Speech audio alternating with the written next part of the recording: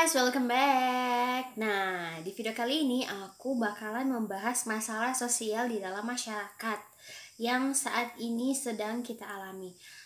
Bukan cuma masalah sosial ya, masalah kesehatan juga ya menurut aku. Walaupun aku bukan seorang dokter, perawat, atau ya orang-orang yang bekerja di bidang kesehatan, tapi aku sangat ingin membahas masalah sosial ini karena masih banyak dari kita mungkin yang belum mengerti atau em, tidak mau ya mendengarkan anjuran dari pemerintah terkait masalah yang sedang kita hadapi saat ini ya.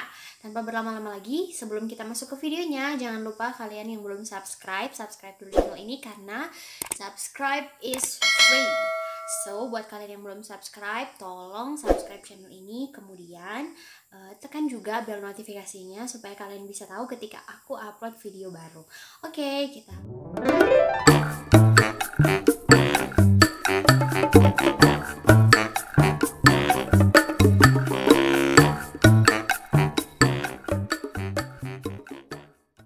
dari judulnya kalian udah pasti tahu lah ya masalah apa yang aku akan bahas di video ini. Ya benar, seperti dugaan kalian, yaitu coronavirus.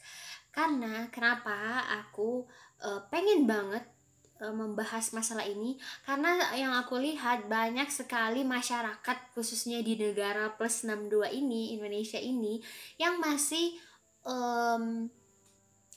masih menyepelekan coronavirus ini, padahal menurutku coronavirus ini masalah yang serius ya, dan ya bisa membahayakan nyawa manusia kalau misalnya terserang.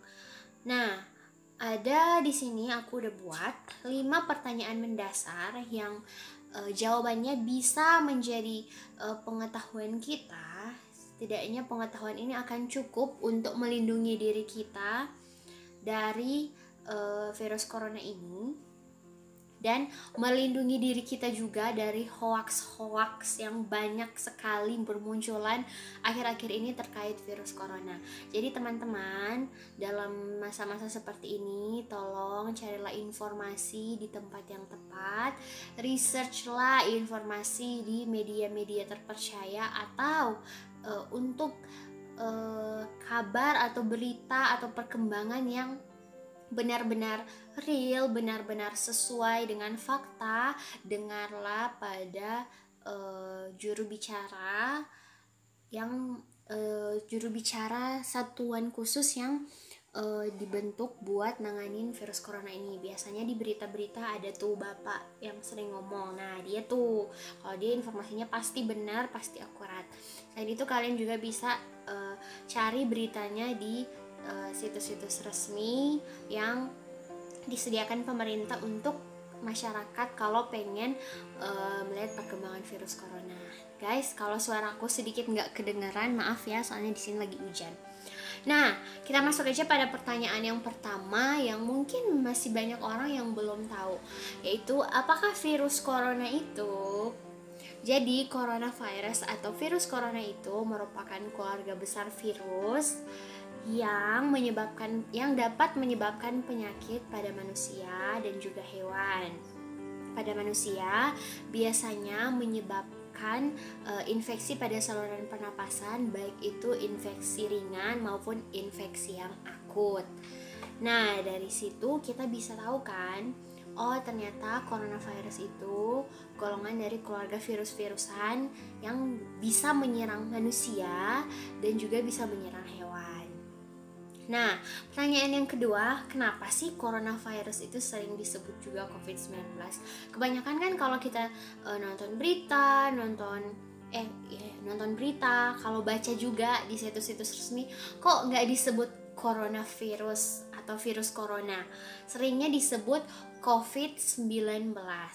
Nah, rupanya COVID-19 ini ada singkatannya guys. Jadi COVID itu Coronavirus Disease.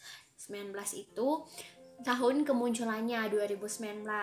Kalau yang belum tahu atau tidak sering research atau tidak pernah dengar, coronavirus ini atau virus corona ini pertama kali muncul di Wuhan, Cina di akhir Desember 2019. Oleh sebab itu, Dinamakanlah COVID-19 atau Coronavirus Disease 2019. Oke, kita lanjut ya. Di situ dari COVID-19 itu kita bisa tahu, oh wabahnya apa, disebabkan oleh apa, dan kapan wabah itu dimulai.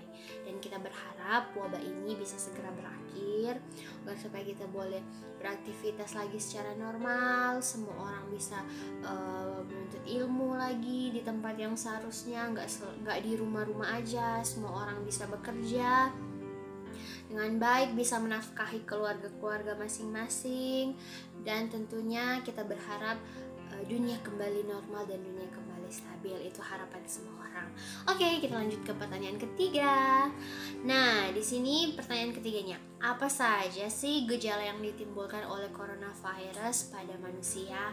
Nah, ketika seseorang terjangkit, biasanya gejala umumnya yaitu suhu tubuhnya yang tidak normal atau suhu tubuhnya yang lebih panas dari suhu normal. Biasanya suhu normal yang aku tahu yaitu 36 ya, 36 derajat Celcius, 36 atau 37 masih bisa dikatakan normal lah. Nah, jika seseorang terjangkit virus corona, gejala umumnya yaitu suhu tubuhnya yang sangat panas, kurang lebih atau sama dengan atau lebih dari 38 derajat Celcius. Jadi belibet gue ngomongnya. Nah, lanjut. Gejala umumnya panas 38 derajat Celcius atau lebih dari itu, terus batuk kering dan sesak napas.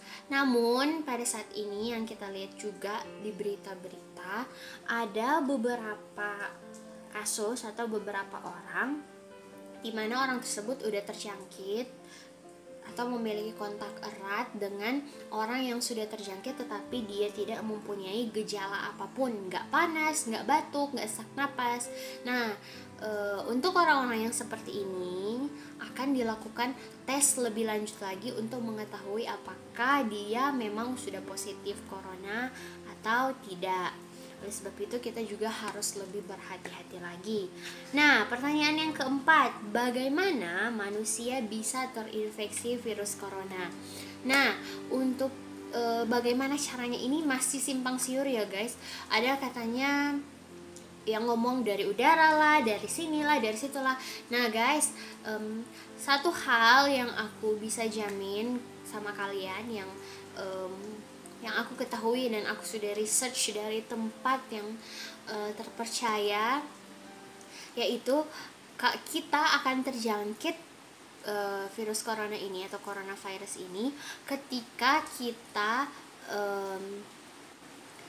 menyentuh ini cara yang paling beresiko tinggi ya, ketika kita ada di dekat orang yang sudah positif corona, kemudian kita menyentuh cairan dari orang yang sudah positif corona itu, kemudian kita menyentuh mulut, menyentuh hidung atau mata kita, menyentuh segitiga wajah kita. Nah, itu memiliki resiko yang paling tinggi penularannya. Selain itu kita juga bisa terjangkit ketika seseorang yang sudah positif corona misalnya menyentuh permukaan suatu benda, contohnya gagang pintu ya, menyentuh permukaan suatu benda, menyentuh gagang pintu ini, kemudian kita juga nyentuh gagang pintu ini, kemudian kita memegang segitiga wajah kita, di mata, di hidung, atau di mulut kita. Nah, itu cara penularannya. Intinya cara penularannya itu ketika cairan yang sudah ada virusnya, yang sudah ada virus corona ini masuk juga ke tubuh kita, otomatis kita bakalan terjangkit kalau cairan itu juga masuk ke tubuh kita. Oleh sebab itu, kenapa kita disuruh buat jaga jarak? Kita disuruh buat jaga jarak itu agar supaya misalnya ada penderita yang batuk atau bersin, kan cairannya keluar. Kalau kita berada pada jarak yang dekat, otomatis cairan itu beresiko tinggi juga kena ke wajah kita, ke tubuh kita, atau tidak menutup kemungkinan juga bisa langsung masuk ke tubuh kita. Oleh sebab itu, kenapa pemerintah nyuruh jaga jarak? Ya karena itu. Terus pemerintah nyuruh pakai masker, yaitu agar supaya ketika misalnya kita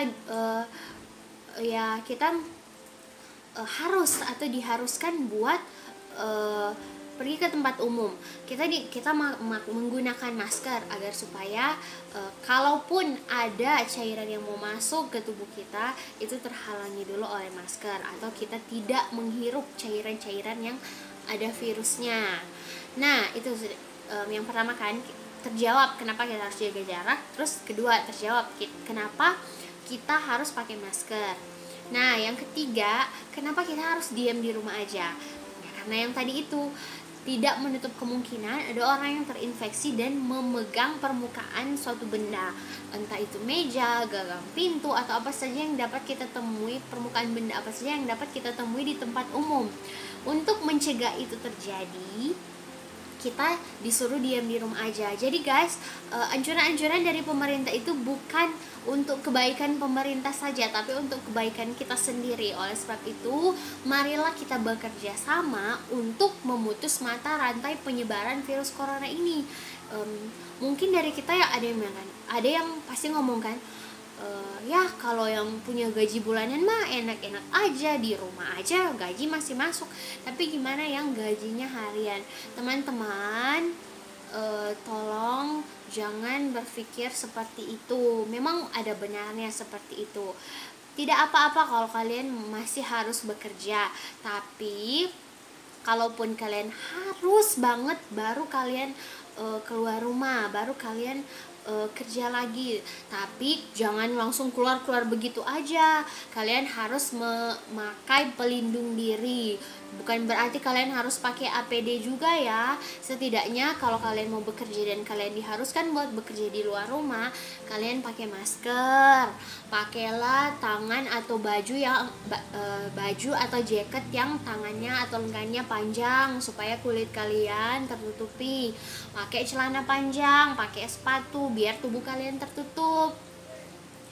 Jangan langsung keluar gitu aja, jangan. Kalian juga harus mementingkan perlindungan diri kalian. Nah, buat teman-teman, buat saudara-saudara yang mungkin bisa kerja dari rumah, tolong kerjalah dengan baik di rumah secara bertanggung jawab. Jangan juga keluar-keluar, apalagi liburan.